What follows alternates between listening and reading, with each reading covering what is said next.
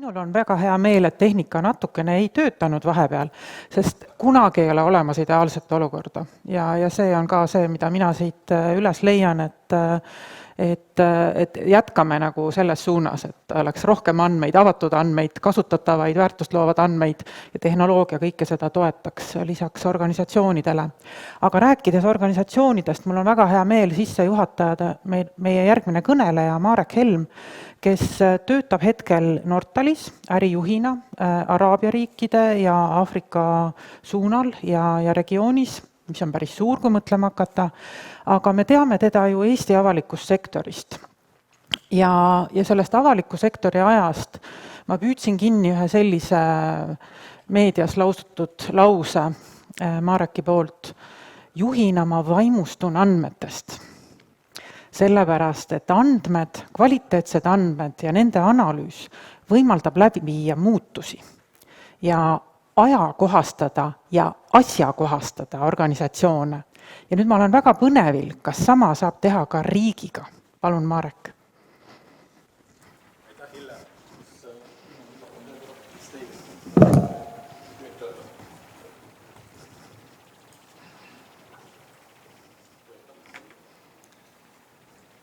No vist meeste viga, nüüd hakkab. Kõigepealt aitäh, Hille, et sa panid mu sellisesse olukorda, kus ma pean tegema inspiratsioonikõne inimestele teemal, kes on 100 kordi minust targemad. Aga ma püüan jagada seda, mida mina tajun andmetest. Et see lühikese sissejuhatuse ja tutvustusega Hille juba alustas, aga tõesti, mul on üle 20 aasta kogemust riigiteenistuses, alates väga alumisest ladamist, esimestest täiesti käed põllul töödest ja viimased 5 aastat olin ma siis Maksu- ja Tolliameti juht. Ja Maksu- ja Tolliamet on üks selline organisatsioon, kus on hästi palju andmeid. Ja mina oma andmeanalüütikut tegelikult hoidsingi kinni sellega, et neil mujal ei ole nii palju andmeid. Eesti Energiat võib-olla on ka, eks, aga selliseid organisatsioone, kus oleks nii palju andmeid analüütikutele töövahendina pakkuda, ei ole. Ja nagu Hille ütles, ma olen nüüd 4 aastat Eestist ära olnud, ma elan Kõrbes, põhimõtteliselt liigun siis riikide nagu Omaan, Emiraadid ja Kuveit vahel. Elu on äge, elu on nagu väga äge, selles mõttes, et me ehitame Nortaliga lahendusi siis nende riikide peamiselt valitsusasutustele. Omaanis ettevõtte saad sa registreerida meie lahenduse kaudu. Kogu Maksuamet töötab Omaanis Nortali ehitatud lahendustel. 2 miljonit võõrtööjõulist liigub riiki ja tagasi, kus iganes siis maailmas meie lahenduste kaudu. Ja võib-olla kõige põnevam projekt, et me oleme just valmis saamas Omaanile rahvaloendust, rahva eluloomide loendust, mis on, ütleme, maailmas väga vähestel riikidel õnnestunud. Ja ütleme, andmete kättesaadavaks tegemise hüpe selles riigis, see saab olema meeletu. Et sisuliselt selle aasta lõpus enamus riike või 2020 enamus riike maailmas ei ole suutnud koroona tõttu loendust teha, Omaan teeb selle ära registripõhiselt. Ja see on tõesti, ütleme, on olnud väga kõva väljakutse ja kõike seda nagu süsteemi tööle saada, et andmed jookseksid erinevatest ministeeriumitest, asutustest ühte kohta Statistikaametisse ja nii nagu mul kolleeg ütleb, et kui Omaanis laps sünnib, siis 15 minuti pärast on see kõigile portaalis terve riigile teada. Ja see on ainult üks näide. Ja Emiraatides ka, näiteks Emiraatide tervisekindlustus toimib Nortali lahendustel ja me vaatame ringi Saudis ja Kuveidis. Nii palju siis tutvustusest, et ma korraks oma sellises sissejuhatuses lähen tagasi umbes 17 aastat tagusesse aega, kui Maksu- ja Tolliamet liideti ja siis meil tekkis idee, et nüüd oleks vaja teabeosakonda. Mõtlesime, et see informatsioon tundus olevat äge, 2 suurt organisatsiooni said kokku, ühel olid hästi operatiivandmed, Maksuametil olid hästi sellised majandust nuusutavad andmed, ja teeme teabeosakonda. Teabeosakonnas hakkas tööle 3 inimest või 4.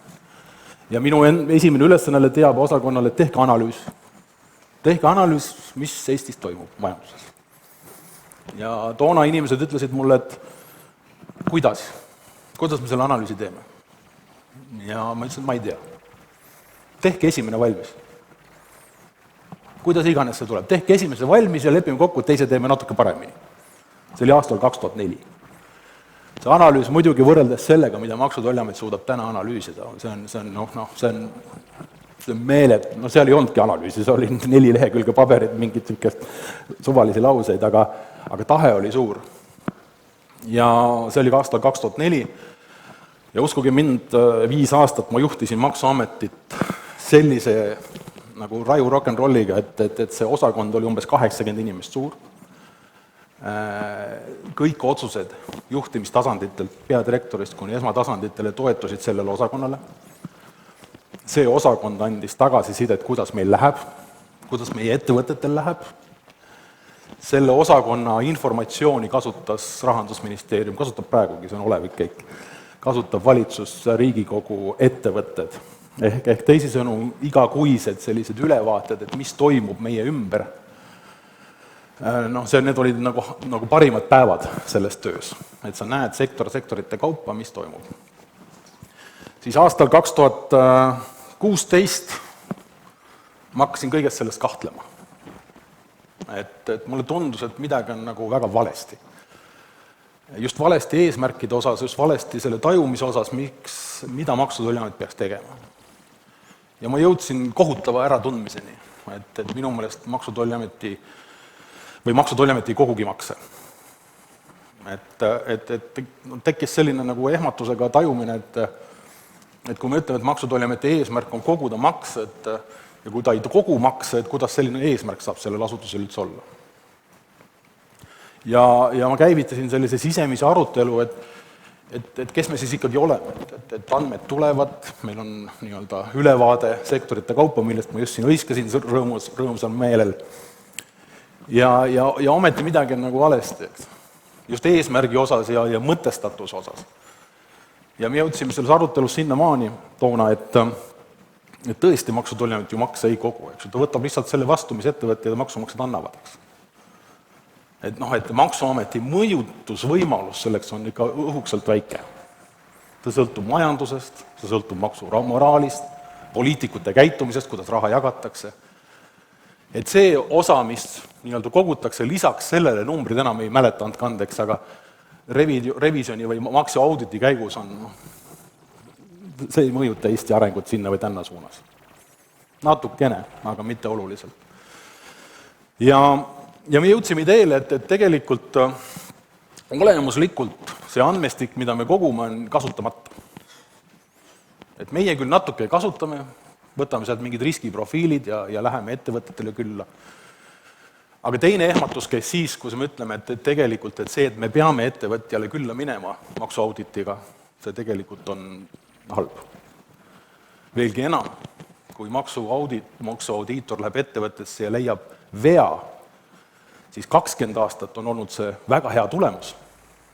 Aga me jõudsime järgmise tõeni, et tegelikult on see läbikukkumine. Meie jaoks, riigi jaoks, ettevõtja jaoks. Ehk teisisõnu, kui sul midagi läheb valesti, ei saa see olla tulemus.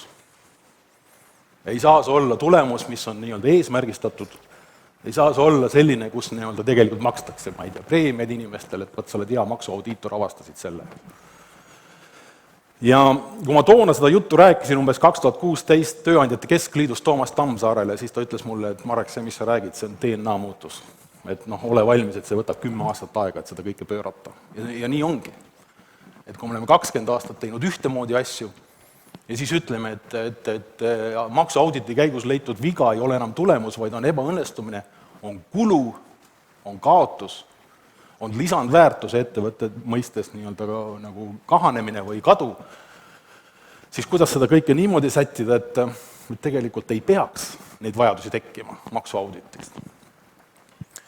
Et see on nagu näide, mis tegelikult nagu lükkas selle asutuse täielikult uude nagu dimensiooni. Veel kord, Toomas Tammsaar, tal on õigus, seda ei tee 4-5 aastaga tasa, mis 20 aastat on läinud lähe teistmoodi, mis ei ole ka kriitika, vaid lihtsalt arengu küsimus. Ja tuleb olla kannatlik. aga ma olen jumala kindel, et suund on õige, mis toona sai valitud. Selle ilmestamiseks, kui te olete tähele pannud, ma ei tea, kas siin on Maksu- ja Tolliameti inimesi, aga nad arendasid välja sellise teenuse, kus ettevõtjad saavad vaadata oma maksukäitumist. Just hiljaaegu, paar nädalat tagasi Postimehes oli selle artikkel, kui te guugeldate, leiate üles. Ja ma loen seda artiklit ja mu hing hõiskab sees. Ja see on tegelikult alles suure tee algus, nende andmete avamine sellele konkreetsele ettevõttele tagasi. Artiklis oli ka lause, et teenust arendatakse edasi, et see ettevõte nende andmete omanikuna saaks ka nagu omakorda teha klikke, et kellele ma seda jagan, kuidas neid kasutatakse ja nii edasi. Veel kord, 10 aastat, aga 10 aasta pärast me ei tunne ära praegust hetkest olukorda. Suund on õige, asjad võtavad aega, sest asjad on kinni meie peas. Et me oleme harjunud nii tegema. Nüüd see on nagu tagasivaade ja sealt tegelikult hetkest 2016, see oli ka üks ajend, miks ma tegelikult otsustasin riigisektorist lahkuda. Sest mul tegelikult hakkas oma peas kitsas.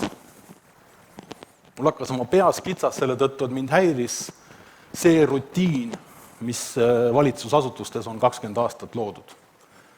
Ja minu iseloom on tohutult kannatamatu, ma olen muidugi Araabias nüüd seda nagu tohutult arendanud, et tuleb olla kannatlik, et Araabia kultuuris, nii nagu Euroopas meil aeg läheb, Araabia kultuuris aeg tuleb.